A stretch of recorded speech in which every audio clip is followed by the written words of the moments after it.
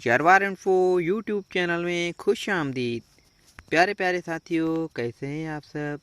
प्यारे साथियों, इस वीडियो में हम आपसे पूछेंगे इंतहाई दिलचस्प और मालूमाती सवालात और पहेलियाँ। जवाब देने के लिए है 5 सेकंड का टाइम। तो चलें आज की ये इंटरेस्टिंग वीडियो शुरू करते हैं।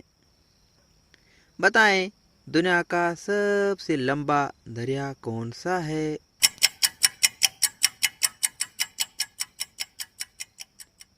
जवाब दरियाए नील।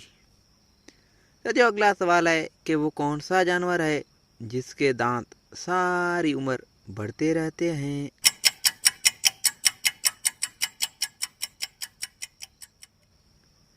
जवाब हाथी। साथियों, दिलचस्प सवाल है कि वो कौन सा जानदार है जो जिंदगी भर पानी नहीं पीता।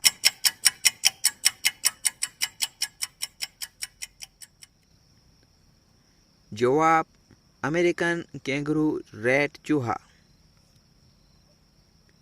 साथियों, पता है कि पाकिस्तान के किस शहर में सबसे ज़्यादा कॉलेजेस हैं।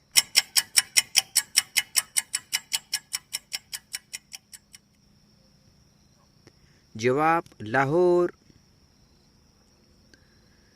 साथियों, वो कौन सा शख्स था जिसका पासपोर्ट मरने के बाद बनाया गया था।